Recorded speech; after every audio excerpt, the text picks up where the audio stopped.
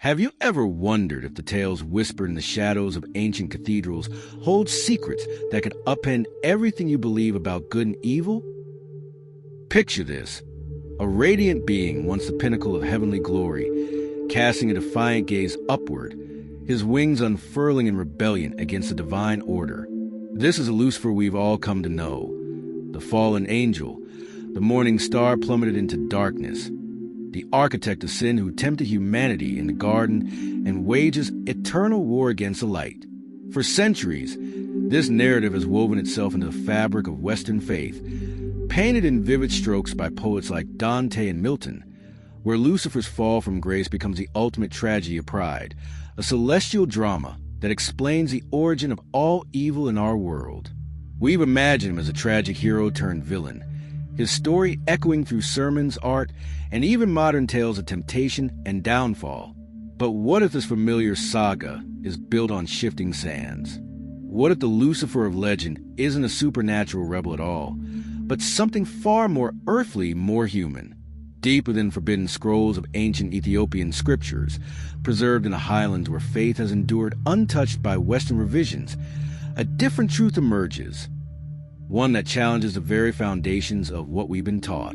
These texts, guarded by monks in remote monasteries amid the mist-shrouded mountains, whisper that Lucifer was never an angel soaring to the heavens, but a mortal king, exalted by his own ambition, who dared to claim the throne of God. No wings, no fiery rebellion in the skies, just a man drunk on power, whose story serves as a warning not of cosmic warfare, but the dangers lurking in the human heart. Imagine the shock of discovering that the devil we fear might not be a horned fiend from the abyss, but a reflection staring back from the mirror of history's tyrants. This alternative vision, hidden for ages, suggests Lucifer embodies not a fallen seraph, but the archetype of human hubris, a king who rose too high, only to crash in humiliation. And here's the hook that will linger in your mind as we delve deeper. If Lucifer walks among us not as a spirit, but as a pattern of unchecked pride, who in our modern world might be wearing his crown right now, oblivious of the fall that awaits, subscribe to the channel, and I'll ask God to bring all the good things into your life. As the sun dipped below the horizon, casting long shadows over the ancient city of Jerusalem, a prophet named Isaiah stood on a hilltop, his eyes fixed on the distant silhouette of Babylon. The air was thick with the scent of olive groves and distant smoke from sacrificial fires, and in his heart burned a message from the Almighty, a taunt, a dirge for a mighty empire that had dared to challenge the heavens. In those days, kings ruled like gods, their thrones adorned with gold, and their armies stretching like rivers across the land. But Isaiah saw through the grandeur, peering into the soul of power corrupted. He spoke words that would echo through millennia, words that would be twisted and reshaped by translators and theologians far removed from the dusty scrolls of Hebrew prophecy. How you have fallen from heaven, O shining one, son of the dawn! You've been cut down to the ground, you who weaken the nations. These are the words that have haunted imaginations for centuries, inscribed in Isaiah 14, verse 12. But let's pause here, in the quiet of this narrative, and unwrap the layers of meaning like peeling back the skin of an ancient fruit, revealing the juicy truth beneath. In the original Hebrew tongue, spoken by shepherds and kings alike under starry skies, there is no Lucifer lurking in the text. Instead, we find Hello Ben Shahar, a poetic phrase evoking the shining one, son of the morning. Its metaphor is vivid as the first light piercing the darkness, drawn from the Canaanite myths of the morning star, Venus, which blazes brightly before vanishing at dawn. Isaiah wasn't conjuring a demonic entity from the ether. He was hurling a sarcastic lament at a very real, very human ruler, the king of Babylon, likely Nebuchadnezzar himself, whose empire had swallowed nations whole. Picture Nebuchadnezzar in his palace, surrounded by hanging gardens that seem to defy gravity, waterfalls cascading like tears from the gods. He had conquered Judah, dragged its people into exile, and built monuments that scraped the sky. In his pride he declared, "Is not this great Babylon, which I built by my mighty power as a royal residence and for the glory of my majesty?" But Isaiah's prophecy cuts like a sword through silk. This king, this shining one, would fall like the morning star as light extinguished in the dust. The verse continues, painting a picture of ambition unchecked. You said in your heart, I will ascend to heaven. Above the stars of God, I will set my throne on high. I will make myself like the Most High. These are the words of mortal dreaming divine dreams, not an angel plotting rebellion in celestial halls. Yet, how did this earthly taunt transform into the cosmic myth of a fallen angel? Travel with me now through the corridors of time to the 4th century A.D., where a scholar named Jerome labored over his Latin translation of the Bible, the Vulgate, in a dimly lit scriptorium. The Hebrew hello reminded him of the Latin Lucifer, meaning light-bearer, a term for the planet Venus, innocent enough. But as centuries rolled on like waves eroding a shoreline, interpretations shifted.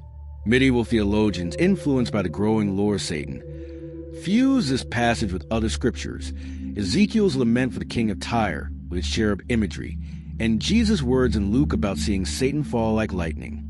Suddenly, Lucifer wasn't just a poetic jab at a Babylonian despot. He became the pre-fallen name of the devil himself. Envision the grand cathedrals of Europe, where priests intoned these verses during midnight vigils, their voices echoing off stone walls adorned with frescoes of winged demons tumbling from paradise. Dante Alighieri, in Inferno, immortalized this blend, portraying Lucifer as a monstrous, frozen giant at hell's core, his tears forming rivers of ice. John Milton, centuries later, in Paradise Lost, wove an epic of rebellion. Better to reign in hell than serve in heaven. He had Lucifer declare, capturing the essence of pride that Isaiah first condemned. But was this the intent? Let's linger on the context, like savoring a slow-burning fire on a chilly night. Isaiah 14 is nestled in a series of oracles against nations. Assyria, Philistia, Moab, all earthly powers destined for downfall. The chapter begins explicitly. The Lord will have compassion on Jacob, and they will rule over their oppressors.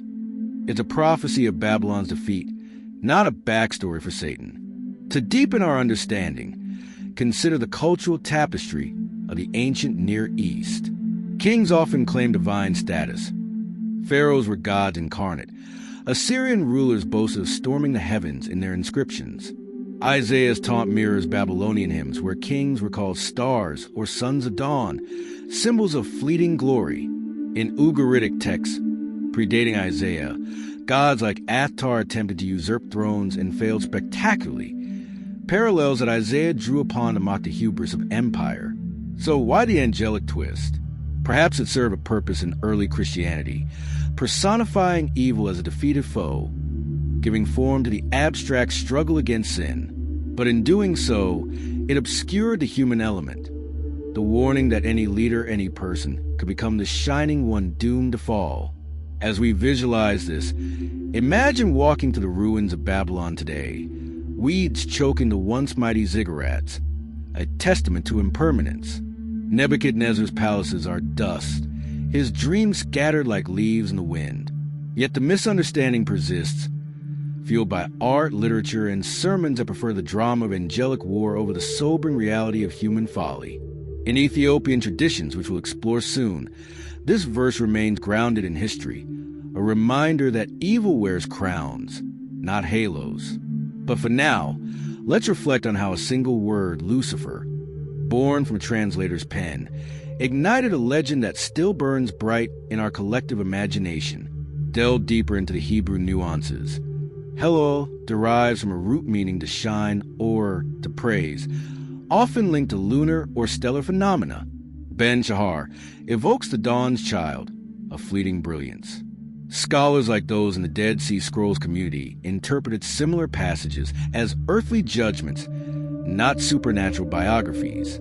Even early church fathers like Origen connected it to Satan, but Tertullian saw it as the king of Babylon first. This duality invites us to question, is evil a monster from above or a mirror of our own ambitions? Expand this scene. Suppose we transport ourselves to Isaiah's time, hearing the prophet's voice rise above the clamor of exiles. His words comfort the afflicted, afflicting the comfortable. The king of Babylon, in his opulent court, surrounded by eunuchs and advisors, plots conquest while Isaiah foretells his grave among the worms. All the kings of the nations lie in glory, each in his own tomb, but you are cast out away from your grave like a loathed branch. Vivid, isn't it? The imagery of descent from heaven to earth, from throne to Sheol, mirrors the hubris cycle: rise, pride, fall. In modern scholarship, voices like those from hermeneutics forums echo this. Isaiah 14 is a taunt song, a genre of mockery for defeated foes, not angelic lore. Yet popular culture clings to the myth. Think of TV shows like Lucifer, where the devil is a charming antihero, blending Milton's poetry with contemporary flair. This evolution shows how stories adapt, but at what cost? Losing the human focus dilutes the lesson. Pride goes before destruction, whether in ancient palaces or boardrooms today. To immerse further, consider parallel scriptures. Ezekiel 28 laments the king of Tyre. You were in Eden, the garden of God. You were blameless in your ways until unrighteousness was found in you. Again, a human ruler likened to a cherub, his fall due to pride in wealth and beauty. These aren't isolated. They're patterns in prophetic literature, using hyperbolic language to denounce tyranny. Jerome's choice of Lucifer was poetic, fitting Venus's cycle, bright, then gone. But fused with Revelation's great dragon, it birthed the fallen angel narrative. Let's paint a bedtime tableau. Under a canopy of stars, a storyteller gathers listeners around a fire, recounting how a king thought he could touch the divine, only to plummet like a shooting star. The moral whispers through the night, beware the light of self-glory. It fades fastest. This is the essence Isaiah intended. A human story, intimate and cautionary. As the narrative unfolds, we see how medieval works amplify the error. Dante's Lucifer chews on traitors in Hell's Ninth Circle, a far cry from Isaiah's taunted king. Milton's epic ad psychology. Lucifer's soliloquies reveal inner turmoil, making him relatable, a dangerous allure. But stripping back layers, we find a prophecy fulfilled. Babylon fell to Persia in 539 BC, its king humbled. In conclusion of this chapter's exploration, the misunderstood verse teaches that misinterpretation can birth myths, but truth endures like bedrock beneath eroding soil. High in the rugged mountains of Ethiopia, where the air is crisp and thin and ancient monasteries cling to cliffs like eagles' nests, a different biblical world has thrived for centuries. Here, the faith arrived early, carried by traders across the Red Sea, taking root in soil rich with tradition and untouched by the political machinations of distant empires. The Ethiopian Orthodox Church, with its rhythmic chants echoing through stone-hewn churches, preserves a canon broader than the West's. 81 books, including texts like Enoch and Jubilees that speak of watchers and giants. But when it comes to Lucifer, their lens is strikingly human. No fallen angel graces their icons. Instead, Helel Ben-Shahar remains firmly a symbol of earthly downfall, a king whose pride invited divine judgment. Imagine trekking to the highlands, the sun-warming terrace fields where farmers tentef under vast blue skies. In a monastery library, dust motes dance in shaft of light filtering through narrow windows, illuminating Guizi manuscripts, the ancient language of Ethiopian scripture. These texts, copied by hand for generations, interpret Isaiah 14 not as a demonic origin story, but as prophetic dirge for Babylon's ruler.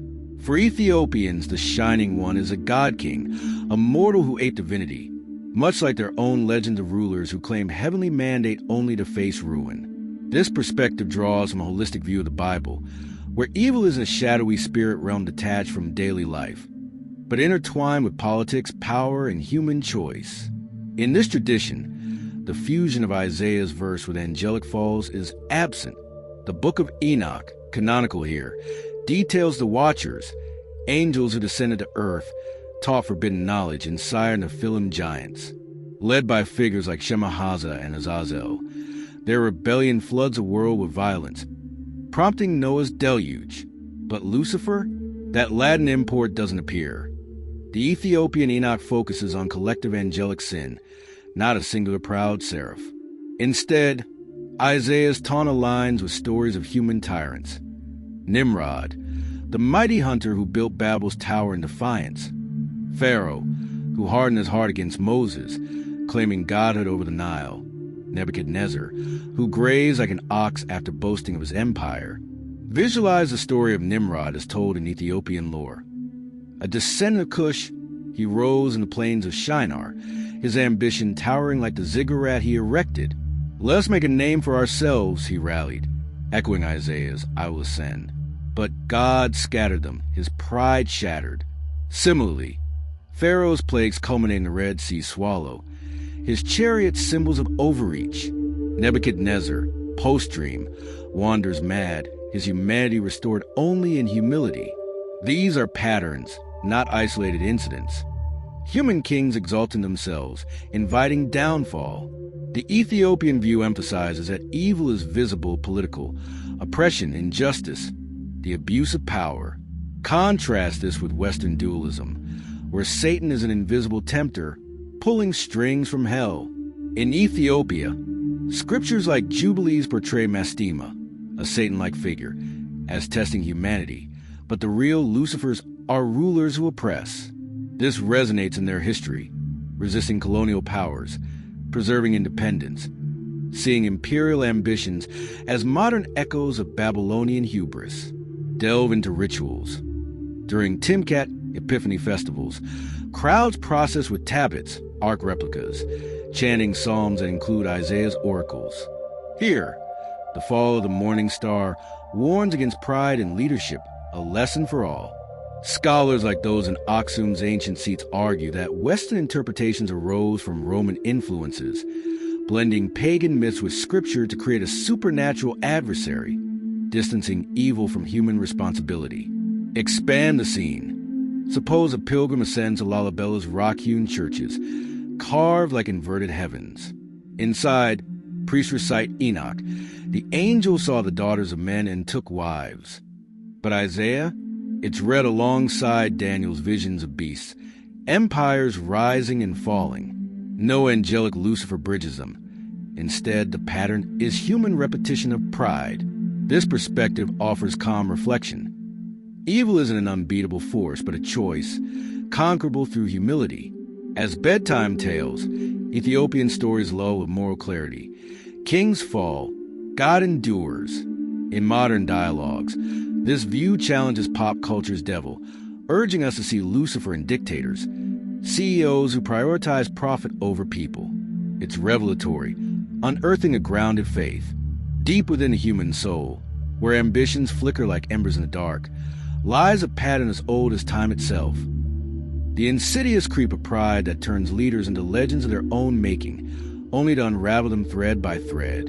In the Ethiopian lens, Lucifer isn't a cloven-hoofed fiend whispering from shadows. He's the archetype of this pattern, manifesting whenever power marries arrogance, elevating a person above their kin and creator. Picture a king on his throne, the weight of a crown pressing not just on his brow, but on his spirit, convincing him he's untouchable, divine. This is the essence. Not a singular being, but a recurring tragedy played out in history's stage. Let's wander through biblical annals, where this pattern emerges like a motif in a grand tapestry. Begin with Nimrod, the post-flood potentate whose name means rebel. In Genesis, he hunts not just beasts but dominance, founding cities like Babel, where humanity unites in defiance. Come, let us build ourselves a city and a tower with its top in the heavens. Pride's blueprint. Collective ambition defying divine order, scattering them in confusion. Ethiopian texts amplify this, portraying Nimrod as the first god king, his hubris echoing Hello Ben Shahar's fall. Then, Pharaoh of Exodus, a living god to his people, his pyramids eternal testaments to ego. Who is the Lord, that I should obey his voice? He scoffs, hardening his heart amid plagues. Frogs, locusts, darkness, each a divine rebuke, culminating in the sea's embrace. His pattern, pride blinding to truth, power abusing the weak. Nebuchadnezzar follows, Babylon's apex. Daniel recounts his dream of a tree touching heaven, chopped down to stump. Ignoring warnings, he boasts from his palace roof, only to graze as a beast for 7 years. Restored, he praises God. His dominion is everlasting. The pattern breaks with humility. This isn't coincidence. It's prophetic design. Isaiah's taunt universalizes it. Any ruler exalting self invites downfall. Ethiopian tradition sees evil as human, political, visible in oppression, not hidden spirits. Western views mystify evil, but here it's the tyrant's scepter, the emperor's decree. Imagine ancient councils, where elders under acacia trees recount these tales, warning youth. Pride is a serpent in the garden, promising godhood but delivering dust. In modern terms, it's the CEO amassing wealth while workers suffer, the politician promising utopia through control. The pattern's anatomy.